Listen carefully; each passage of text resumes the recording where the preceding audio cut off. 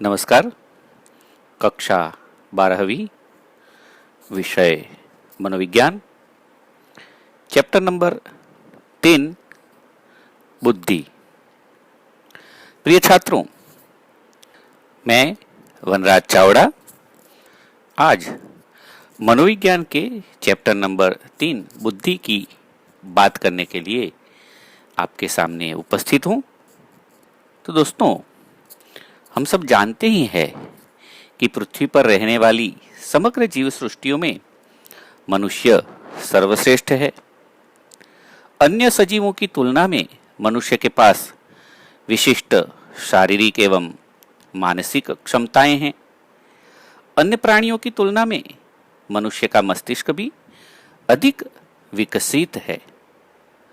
मनुष्य के पास रही हुई विविध मानसिक क्षमताओं में बुद्धि का विशिष्ट स्थान है। दोस्तों, बुद्धि को हम अक्ल, सयानापन, चातुर्य, मति, विवेक, होशियारी, समझदारी आदि अनेक शब्दों के पर्याय के रूप में पहचानते हैं। किंतु दोस्तों, बुद्धि एक जटिल मानसिक प्रक्रिया है। बुद्धि हमें व्यावहारिक रूप से व्यवहार करने की समझ प्रदान करती है। बुद्धि के बिना हमारी जो दैनिक क्रियाएं हैं वह संभव नहीं है। तो दोस्तों, बुद्धि के साथ हमारी कौन कौन सी क्रियाएं जुड़ी हुई है, चलो उनकी बात करते हैं। तो बुद्धि के साथ हमारी निम्नानुसार दैनिक क्रियाएं जुड़ी हुई हैं। एक तो हमारा ब्रश करना, शरीर स्वच्छ रखना, कपड़े योग्य रूप से पहनना, ये सब बुद्धि के बिना संभव नहीं है। कुछ अल्पमति लोग होते हैं या बौद्धिक रूप से दिमागी तौर पर कमजोर होते हैं। ऐसे जो बच्चे होते हैं उनको उनकी जो दैनिक क्रियाएं हैं उनके माँ बाप को साथ रहकर करवानी पड़ती है। इसके साथ साथ सामाजिक संबंधानुसार व्यवहार करना, गाणितिक या वैज्ञानिक नियमों की गूढ़ता को परखना, खेलकूद एवं स्पर्धा में अभिव्यक्ति करना, जीवन में आने वाली सरल या जटिल समस्याओं को हल करना, इन सारी हमारी जो दैनिक क्रियाएं हैं जीवन भर निरंतर रोज बरोज आने वाली जो क्रियाएं हैं उसमें हमें हमेशा बुद्धि की आवश्यकता रहती है। तो प्रत्येक व्यक्ति में रही हुई इस बुद्धि की क्षमता का मापन करने के लिए अनेक कसौटियों की रचना की गई है, जिन्हें बुद्धि कसौटी के रूप में पहचाना जाता है। हाँ, तो आइए अब बुद्धि की व्याख्या एवं स्वरूप की बात करते हैं।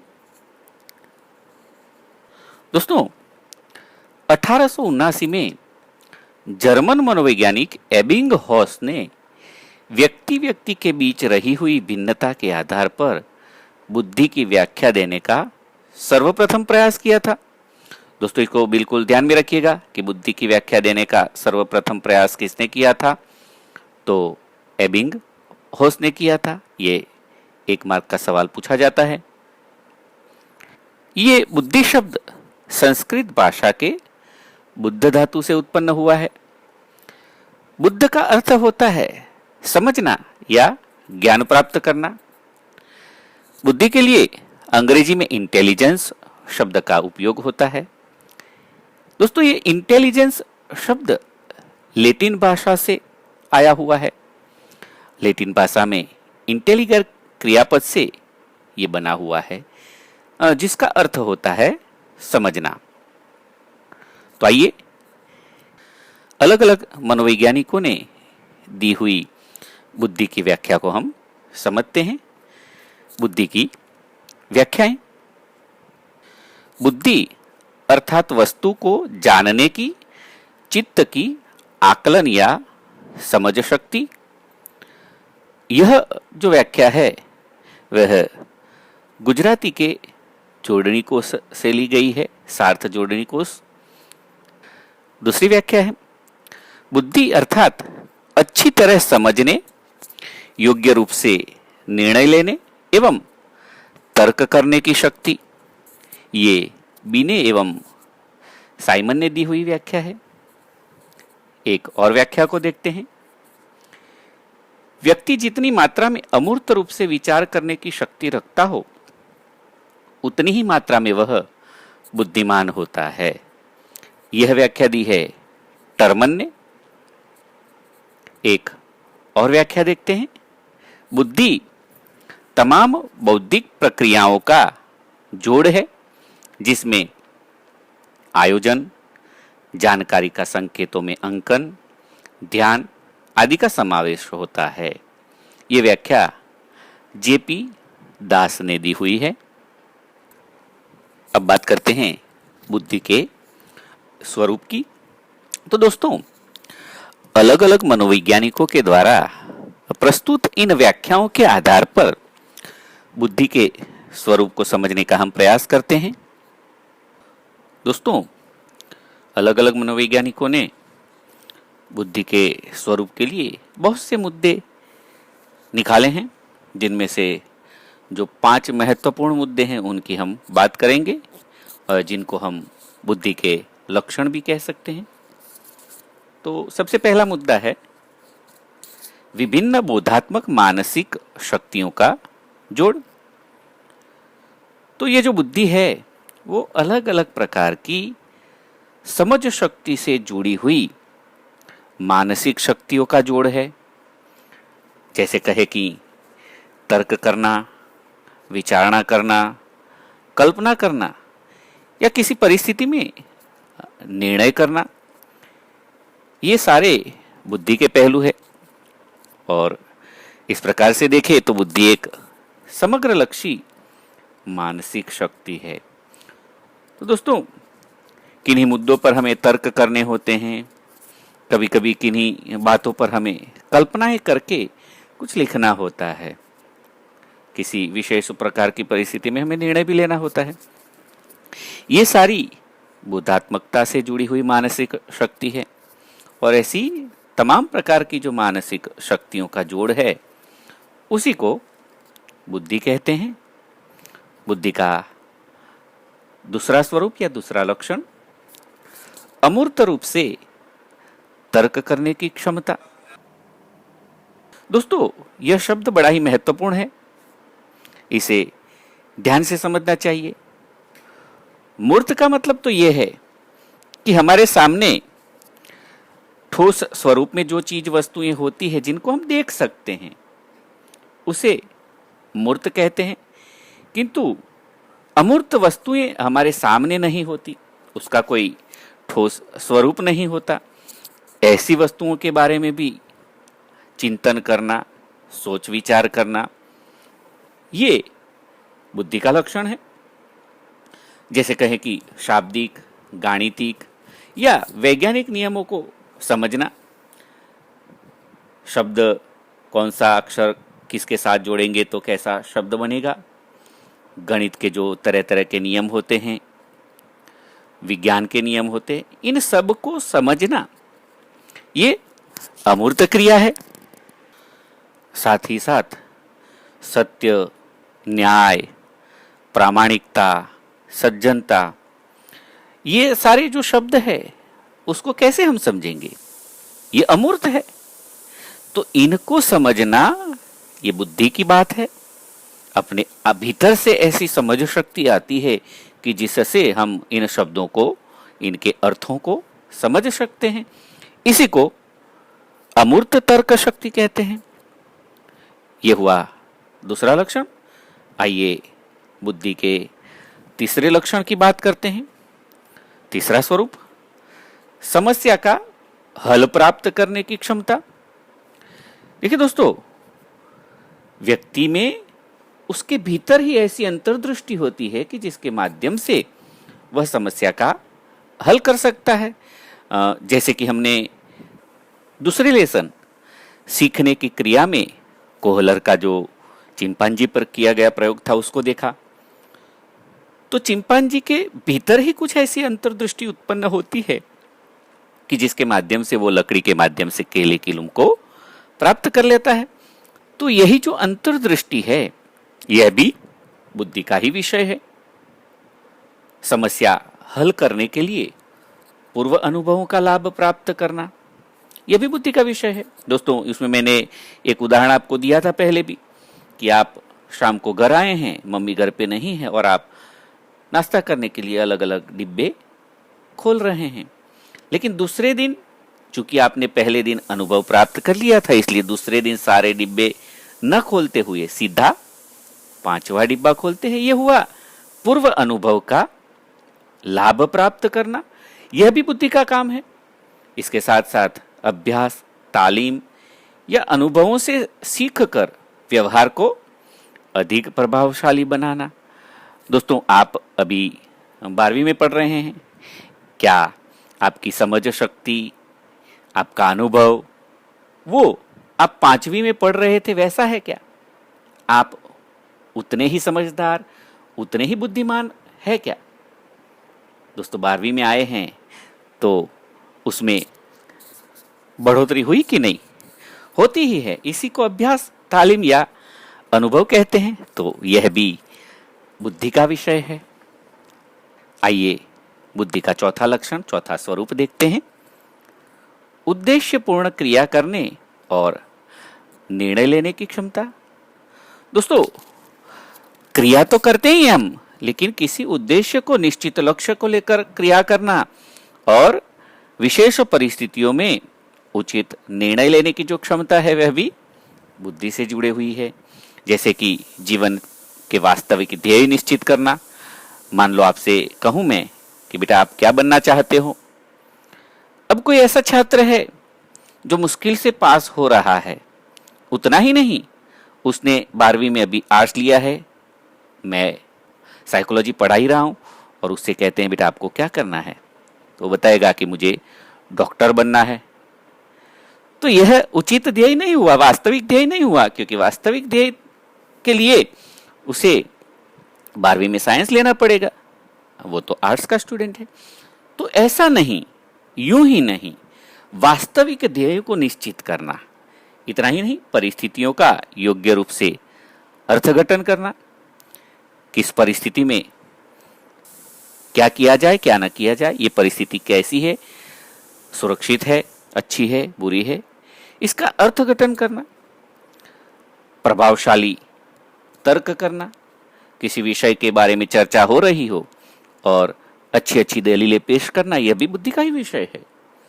जीवन व्यवहार में सामान्य से विशिष्ट कार्य करना, इनमें भी बुद्धि का उपयोग होता है। दोस्तों, हम जीवन जीते चले जाते हैं और छोटे छोटे सरल कार्य भी करते हैं और आवश्यकता पड़ने पर बड़े बड़े और विशिष्ट कार्य भी करते हैं। इन सब में हमें बुद्धि की आवश्यकता होती है। और निर्णय लेने में तो हमें बुद्धि का उपयोग करना ही पड़ता है। तो ये हुआ बुद्धि का चौथा स्वरूप या लक्षण। आइए 5वें स्वरूप की बात करते हैं। पर्यावरण के साथ समायोजन या अनुकूलन करने की क्षमता। ये बड़ी महत्वपूर्ण बात है। पर्यावरण के साथ प्रभावशाली रूप से समायोजन या अनुकूलन स्थापित करने में बुद्धि हमें सहायक होती है।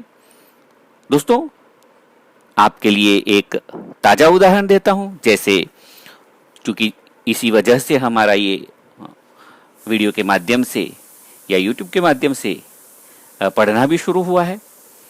दोस्तों, ये कोरोना आया और कोरोना की वजह से लॉकडाउन हुआ।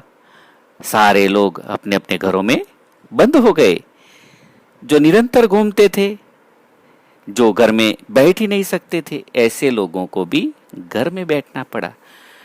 और लोग बैठे भी, यानी कि वातावरण यानी कि पर्यावरण ही ऐसा था कि लोगों को उनके साथ अनुकूलन स्थापित करना पड़ा। यह पर्यावरण के साथ अनुकूलन स्थापित करने की प्रक्रिया में बुद्धि महत्वपूर्ण होती है।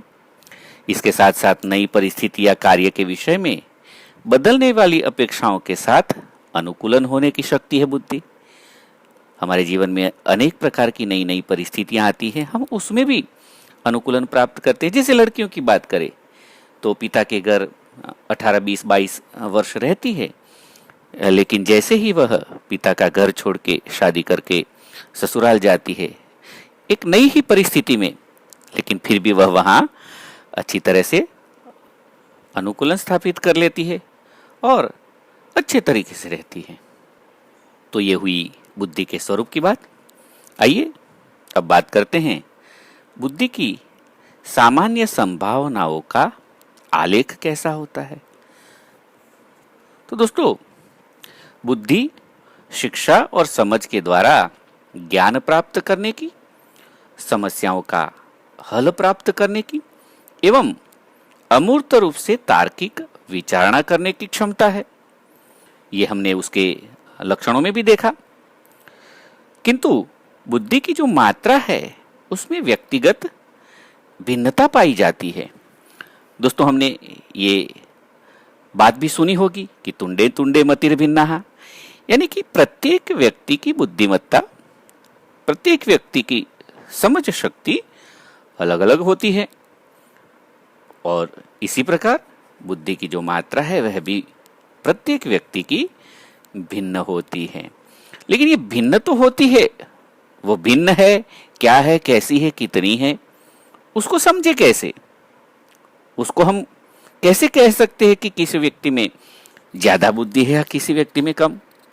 दोस्तों, बुद्धि क्षमता का मापन करने के लिए विलियम स्टर्न ने 1912 में सर्वप्रथम सूत्र दर्शाया।